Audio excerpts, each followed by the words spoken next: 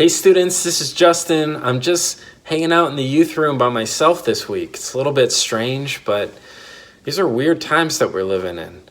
There's a virus going around, and toilet paper is hard to find, and weird times, right? But I wanted to send you this message to hopefully encourage your faith in God and remind you that even though life can seem out of control, and even though these times are different and they're new to all of us, we don't need to panic. As followers of Jesus Christ, we can trade panic for peace. And I want to share some verses with you, some truth from God's word that reminds us that we can trade panic for peace as followers of Jesus Christ. The first few verses I want to share with you, they come from Colossians, the book of Colossians, chapter 1. Starting in verse 15, it says, Christ is the visible image of the invisible God.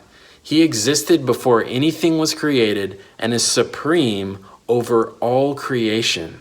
For through him God created everything in the heavenly realms and on earth. And then down in verse 17 it says, and he holds all creation together. So God not only created all of life, Jesus not only created all of life, but he holds it all together.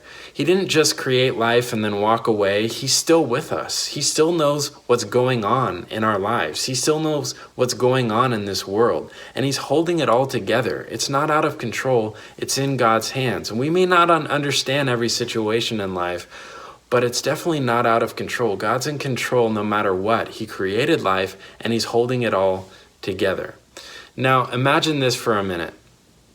Imagine that you have your driver's license. Maybe you do, maybe you don't. But imagine you're cruising along somewhere out in the wilderness, so far out there you don't have cell phone reception, and then all of a sudden you hear something funny underneath the hood and your car starts to break down.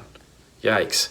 I don't know about you, but I don't know how to fix cars very well. And if I was in that situation, away from society, away from cell phone reception, my car started to break down, and I didn't know how to fix the car, I might feel a little panicky. I feel overwhelmed. I wouldn't know what to do. But let's change that scenario just for a minute. Imagine instead of being by myself, the inventor of cars was with me. And not only is he the inventor of the automobile, but he built the car that we're in with his bare hands. Now that changes that situation entirely, because if the person who invented cars is with me, he can probably take care of anything underneath that hood. He invented cars, he built the car with his bare hands. He's got this situation under control. Colossians reminds us Jesus created life and he holds it all together. And his presence in our life makes all the difference. Because we don't have to handle life on our own. We don't have to handle the situations that life throws at us alone.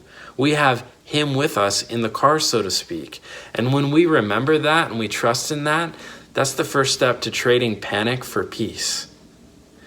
I want to share a few more verses with you from Psalm 46. Psalm 46, again, it reminds us that God is with us and that he is our peace. It says, God is our refuge and our strength, an ever-present help in trouble. Therefore, we will not fear, though the earth give way. And so even those situations in life happen that we don't understand or feel overwhelming, even though it feels like the world is giving way sometimes, we don't need to fear because God is our peace. He is still in control. He's still on the throne, and that is our refuge and our strength in the middle of a life that can be stormy at times and be broken at times and be overwhelming at times and be panicky. God is our refuge and our strength, our peace in the storm, our shelter in the storm. I remember one time I was camping with my dad and my brother and my dog, and we were out in the middle of nowhere, and all of a sudden the rain started to pour down, and it was thundering and it was lightning, and fortunately we had a tent with us, and we set that tent up, and the four of us crawled inside of that tent, and as the rain was coming down outside, wow, it was such a relief to have that shelter in the middle of the storm.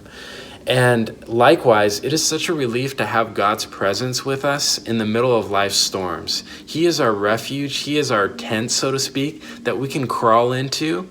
And his presence is like a protective peace over our hearts, over our minds. But we have to remind ourselves that he is with us, and we need to trust in him. And that's why a few verses later in Psalm 46:10, it says, "Be still and know that I am God." God says, "Be still and know that I am God."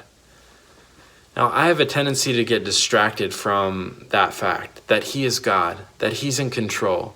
And I need to just stop. We all need to just stop sometimes and remind ourselves that he is God, that we can trust in him, and that gives us a lot of peace when we do that.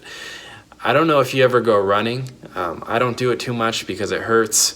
But if you do, and you're running and you start to get tired, and it starts to feel like you're going to crash and burn, and you just stop for a moment and you take a deep breath, that can give a lot of relief.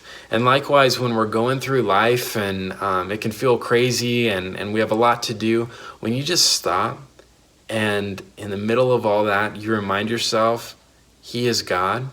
My trust is in him. He is in control. He's got this. He made life. He's holding it all together. He is peace. He is my refuge. And we trust in that, and we're still, and we remind ourselves of that.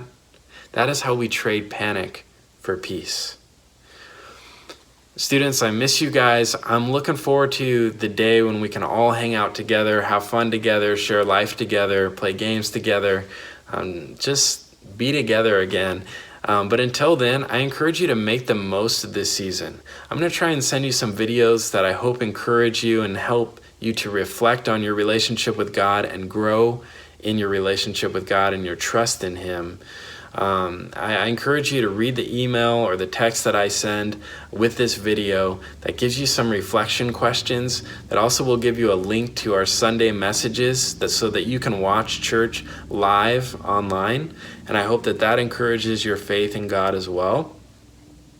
But until we can meet again, make the most of this unique season that we're in. Press into your relationship with God, grow in your trust in him and closeness with him. And that is how the Bible encourages us, that we will trade panic for peace. When we trust in God, we know that he is in control, and we claim he is Lord of the universe and he is Lord of my life. And that is a peace that is incomparable and that nothing else in this world can offer. Put your trust in the Lord and trade panic for peace.